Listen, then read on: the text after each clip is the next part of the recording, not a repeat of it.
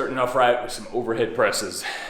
It's like the squats for the shoulders. I mean, it's really the biggest movement you can do. It's the entire deltoids along some of the traps, triceps. So big movement. Oh yeah, starting off right. We had 2 big monster days prior to this. And some of the movements, such as the incline, the bench press, it did utilize some of the muscle groups we'll be working out today, that being the deltoids. So you might feel a little fatigue in them. Kind of think of it as like a pre-exhaust in a way. And I'm feeling that. I'm not quite at my limit, but I know for sure that by the end of this day and the next, which we'll be working arms, I'm gonna need a break. So I fully plan on taking those next 3 days off to rest and recover.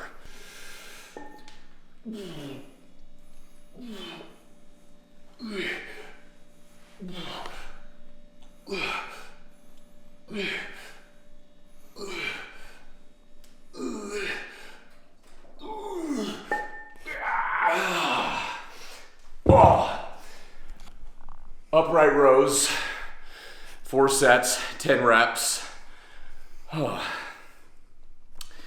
Man, hitting all 3 heads of those deltoids once again. Again, a little bit in the traps as well. We're pounding those deltoids, man. Or someone recently told us, I'm starting to stutter, I'm becoming Porky Pig during this workout. Death Star delts. Yeah, that's what he called it. Cool.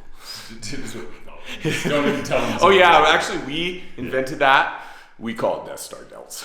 Biggity Death Star.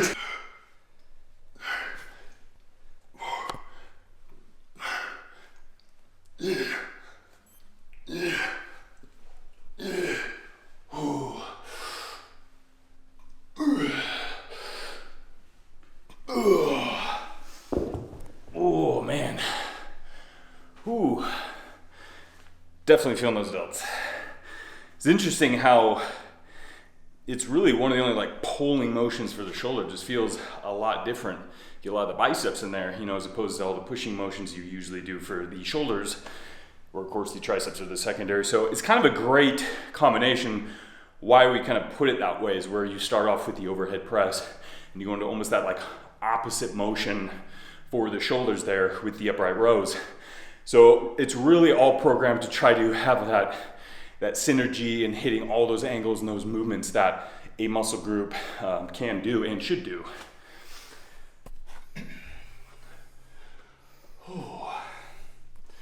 Looking for the proper lighting. Excellent.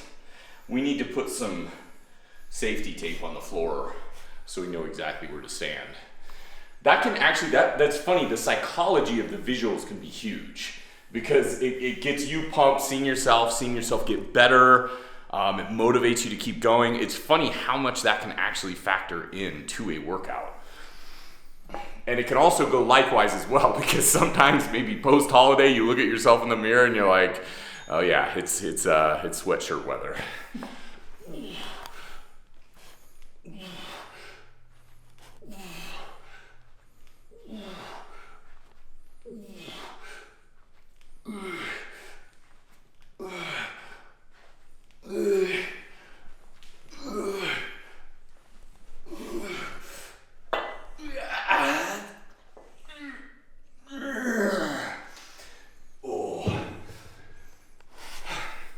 We're on to the isolations now. We're hitting the lateral head of the deltoid with the lateral raises. So really easy to tell what you're working there. We're gonna be doing 3 sets now of 12 reps. So like as Brandon has explained in our prior workout, the sets are going down, the weight is getting a little lighter, but the reps are getting higher. So you're putting a little bit more work in there with the lighter weight, which feels just about perfect right now because again, really heavy last 2 days. Started this off big with the overhead and the uprights, so it feels good to get into those isolations now with the lighter weight. Yeah. Ooh. Yeah, after that 12 rep, I mean, the lighter weight, or at least felt a little bit lighter in the beginning, doesn't feel so light anymore. That's one of the reasons why we're doing a little bit extra repetitions, because we can go lighter. Better for those isolations, we feel. It doesn't put as much stress on those joints.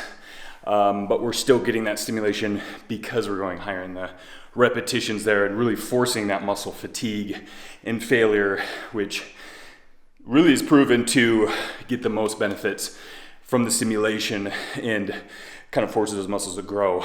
So, whew, yeah. And you can feel it working each set. Hudson hasn't left that spot. Still in the spot. I actually just stay here the entire workout. Brandon just hands me the weights. He hands me the camera. I'm like, I ain't moving, man. I found my perfect lighting. Ooh.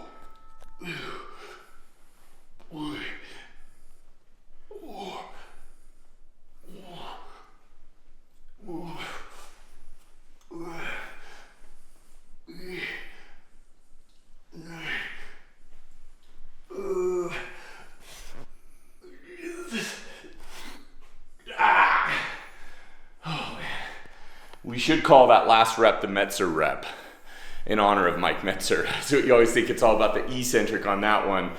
I can't hold it long though. On that 12th rep, you try your best to fight the eccentric, but gravity takes hold and there's nothing you can do. So doing bilaterals as opposed to unilaterals, unilateral being one side and then the other, or alternating, either one. Bilaterals can be a bit harder because there's no counterbalance, with a unilateral or even alternating. You have one up here, the other weight's down here, and it kind of like counterbalance a little bit more, where if you have both weights out or in front in the bilateral, it's really gonna test your core strength because it's gonna wanna pull you forward and down. So as Hudson was saying, the eccentric, that is very difficult because if you're trying to lower it here, your whole body's fighting not to fall forward, but also not to drop the weights too. So it's a bit more difficult. If you find these more difficult than the unilateral alternating, that's the reason why, but excellent exercise for those front delts. We're now on to the reverse flies. You may be thinking to yourself, are they gonna do every variation of a raise? The answer is yes. We're gonna be doing upside down, we're gonna be doing backwards. No, with this one, we have completed all three heads of the deltoids. So we had the lateral head, we had the anterior, and now we're working on the posterior. So we're giving them all some love with these isolation exercises. This one wraps up us creating our 3D delts. It's gonna be another one, 3 sets, 12 reps. Feeling pretty damn good.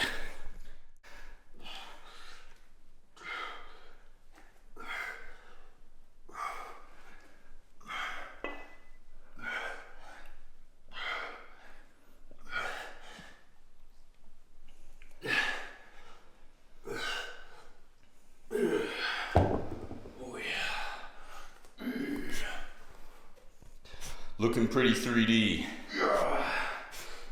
Don't get dudes coming at you in 3D. Yeah. I was gonna say, don't get too close to the screen and poke your eye out. Oh yeah, yeah. Boing. This is the buff dude sword in the stone, or Mjolnir. I don't know if I'm ever gonna be able to get that word down. It's the J. Where does the J? What do you do with the J? Maybe someone more educated can enlighten me. Some days we're worthy, some days we're not. I'm gonna see where I'm at. Oh yeah, worthy. But we had to take it up a notch. We have 2. Sometimes it's the walk to the bench that's actually the hardest part. There we go.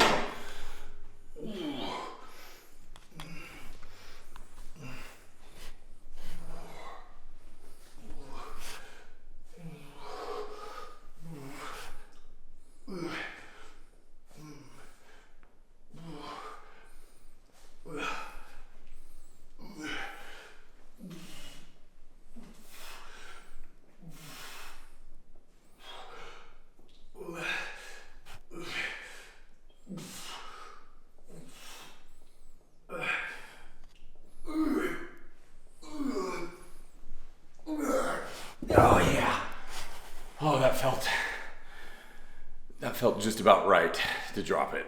I didn't have much left in me because there's a lot of grip strength in this one as well. It feels very interesting to switch it up into a unilateral exercise because we, like a lot of people, will do it with the straight bar. Switching it up such as this is a really great way to kind of put a new twist on the exercise.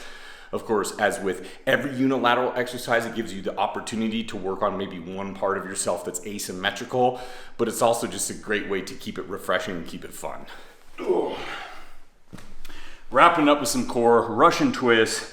I mean, this is gonna feel easy from what we did, but we are making it a little bit harder by adding some weight. Got a medicine ball here. Oh yeah, get a little nice twist in there. 20 reps. Oh yeah.